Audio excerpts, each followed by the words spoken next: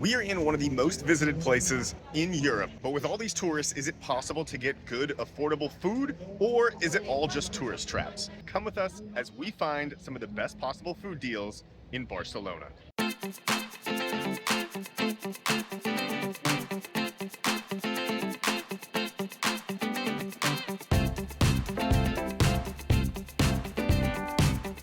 We're starting right here at the most visited spot in Spain, the Sagrada Familia, and the first mission is breakfast. We're gonna do this entire challenge on foot. Found a good place for breakfast, but we're gonna head about 20 minutes away to the south. We gotta get moving. We're starting in the St. Anthony district at this cute little coffee shop called Ivettes Cafe that is filled to the brim with amazing looking pastries and sandwiches. But somebody online told us that they do a variety of different combination menus for breakfast, and that's why we're here. We're doing menu number 1, coffee, pastry, and fresh squeezed orange juice. I opted for the croissant. Ashley, of course, got a donut. For €12, this is a pretty good variety of food. We have a full day of exploring and eating ahead of us, so I think this is just the right amount of fuel to get us going. As for the coffees, I opted for a cortado.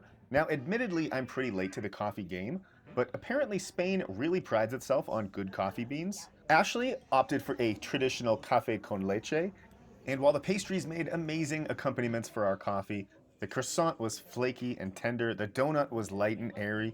We can both agree that the star of the show here was the orange juice. Can we please petition that every coffee shop has its own orange juicing machine? I could get into that way of starting the day. Just a little pastry, some coffee, take your time. And now we just meander to the next food spot and then have a little bit more.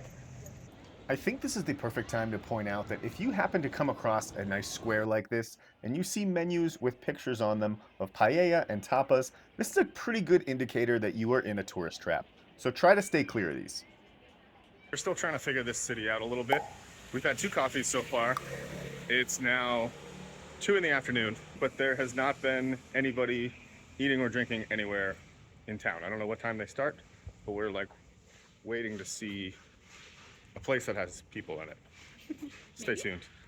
We use this time to do all the touristy things of Barcelona, like check out the Gaudi architecture, go to Park Güell, and we figured maybe by the time we were done that people would work up a hunger and we could get a late lunch. Although pricey and touristy, Park Güell does have an amazing view of the city.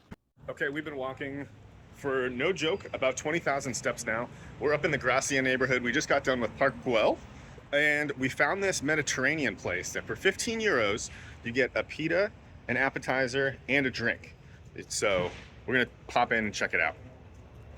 I did forget to film the outside of the restaurant, but all of the locations we go to today will be in the description. Apparently you can also get a hummus, falafel, pita, and a drink for €14, but I opted for the combo. Ashley just got the pita, and after all of the walking we did, we definitely earned a good lunch. For the appetizer, we went with the patatas bravas with the dill butter, and if you can't tell by the face, this was one of the best versions of this dish we had the whole trip. The potatoes were crispy yet tender on the inside, the dill really brightened the whole dish up, and it came with a free glass of wine, so that definitely didn't hurt. For the pitas, I went with the schnitzel, which was pork, fried eggplant, and za'atar. Ashley opted for pulled chicken, and both of them were on amazingly soft pita bread. I don't know where to start, so I'm just gonna do this. Don't judge me. These were borderline American-sized portions, which may be foreshadowing for this video. On a side note, the server helped make the experience. She was joking around with us. She even brought us some of their homemade hot sauce that had Mediterranean spices and dried chilies. God, the pita bread is so soft. And this hot sauce. Did you try the hot sauce at all? Really good. Some kind of dill mayonnaise? Dill AOH.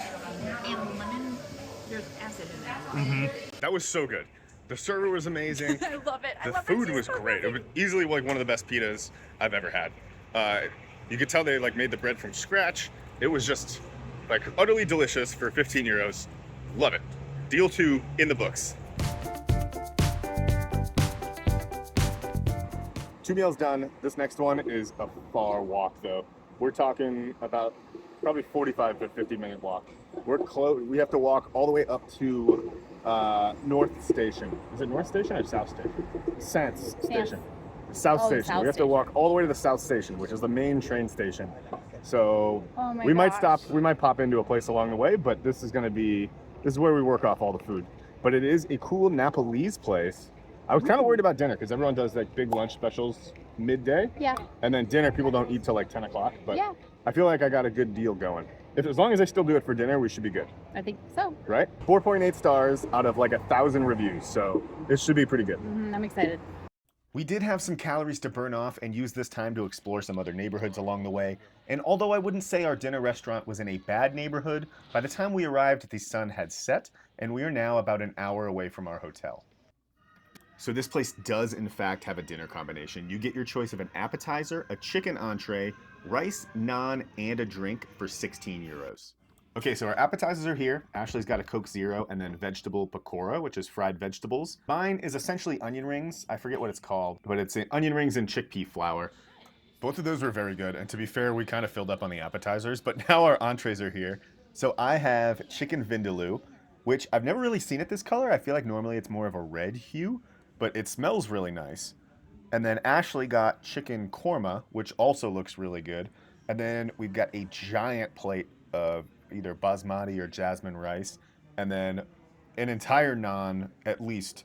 Our entrees did come with a choice of beverage, and I am on vacation after all, so I got a local Spanish beer, which I think pairs perfectly with some spicy Indian or Nepalese food.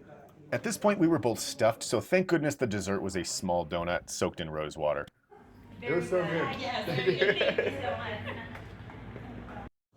I'm absolutely stuffed. That was so much food. Probably should not have done all of that. One entree would have been fine, but it was delicious. And the server was so cool. So good. But we do have about a 30-minute walk back. So I'm thinking dessert. I saw a place on TikTok that's probably the most hyped dessert place in Barcelona, so that's where we're headed next. Somehow on vacation, there's always room for dessert, so welcome to Cake Me, a place that my TikTok algorithm thought I would love, so here we are. For 99 cents, you can get a base cheesecake, or you can upgrade to something like pistachio or Oreo, and then for an additional 99 cents, you can choose from a wide variety of toppings to add to your cheesecake. Now, I let Ashley steer here, and she went with passion fruit and salted caramel. Please spam the comments with what you think of this, because personally, I would have gone with something that had a crunch, like a pistachio or even a chocolate chip or an M&M, but for some reason, this combination hit hard. The tartness of the passion fruit and the like savory saltiness of the caramel just worked so well with the cheesecake. One of the few places that I've seen on TikTok that actually lives up to the hype. I would recommend going there. It was pretty good. And for 99 cents, it's hard to beat. We are pushing 30,000 steps. We're still not home yet, and I think we have one more stop left in us. Are you No, sure? maybe not. We are now in the Gothic Quarter, and per tradition, every place that we travel to, there is one thing that we must get. We have a side quest to try a hot dog in every country, and that's why we're here at Sippin' Dog.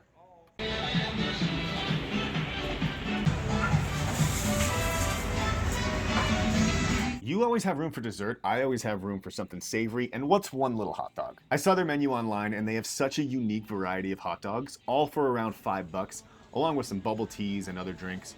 Thank you. Have you found the one I have in our house yet? No? I bought a stuffed animal hot dog. Thank you. Yay, napkins and gloves. This thing probably weighs 4 pounds. I got us the corn and cheese hot dog. If you've watched our videos like Norway and Sweden, you know it's time for our Lady and the Tramp style hot dog bite. Except this one comes complete with a crazy cheese pull. I also understand why they gave us gloves. We can both agree that this was a wildly delicious hot dog. Though be it probably not the most traditional Spanish of cuisines, there may be a little bit of Korean influence or 100% Korean influence. It was as tasty as it was messy. And at this point in time, we were both struggling to get this down because of how full we were, but it was just too good to let it go. As for the toppings on this bad boy, it was corn, cheese, crispy onions, mayonnaise, oregano, and ketchup. The owners also saw us filming, so they gave us some free fries, which was probably the last thing we needed. But who are we to turn down free food? Before we move on, I'll leave you with this little bit of hot dog inception that I did not realize I recorded. It's tradition to have a hot dog in every country we go to, and that one was up there. Cheese corn dog for €6. Fantastic late night snack. Hard to beat. Nothing like a good hot dog. Very tempted to get the shrimp floss dog or the crab stick one, but cheese corn was a good way to go. Traditional hot dog. No. If you found this video helpful, please give it a like so we can keep doing these videos for you. Thank you so much for watching. We'll see you on the next one. Adios. By the way, YouTube thinks you'd like one of these videos, so check one of these out next.